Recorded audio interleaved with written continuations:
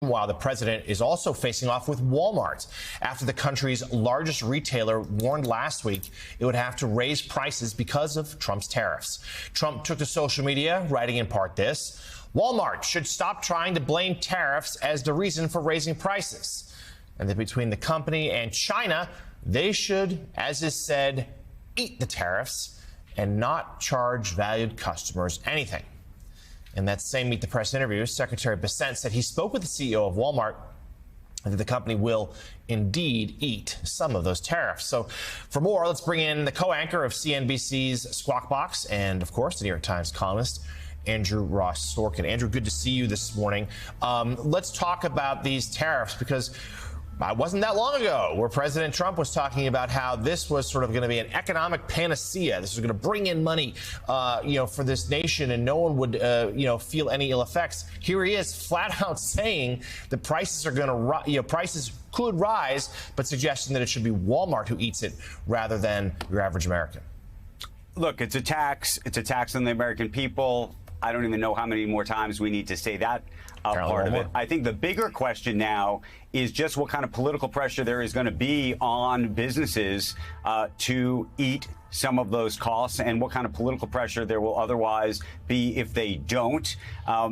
It's interesting to see this White House, a Republican White House, go after businesses in this way. The Wall Street Journal, by the way, in their editorial page this morning saying this is he as in Donald Trump, he goes full Kamala Harris in demanding that the retail giant not raise prices. That's something, frankly, that we have seen from Democrats over the years, especially during the pandemic and other times, where they have effectively said that corporations were trying to gouge customers and trying to use their leverage to do that.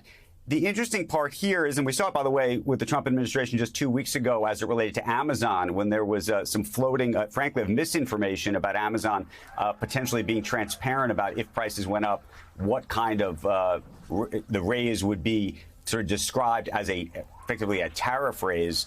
And if Trump effectively comes after a Walmart, comes after an Amazon, and actually starts to tell his followers, if you will, don't shop there, shop here, shop there, that's, I think, where this could get a lot more complicated for a lot of these business leaders. Andrew, the political sort of macro view of this, I want to turn to the Wall Street Journal's editorial board, which points out something that I think might be obvious to anybody who knows what a fundamental definition of traditional Marxism, traditional communism, socialism might be, which is that the president of the United States is using the executive branch to tell companies how to run their businesses. Politically speaking, is this just a level of numbness that people just expect now, this walking, talking contradiction, or is there something deeper here in what the Wall Street Journal is pointing out? I don't know if it's deeper. I think what's most interesting is that it's coming from the Republican side of the political world, insofar as it is very true that, President Biden in the past, President Obama, Elizabeth Warren, Bernie Sanders, you can name the folks on the left who historically have taken businesses to task over pricing. And that's not a new phenomenon. Typically, though, when they did it, they didn't always name names this way.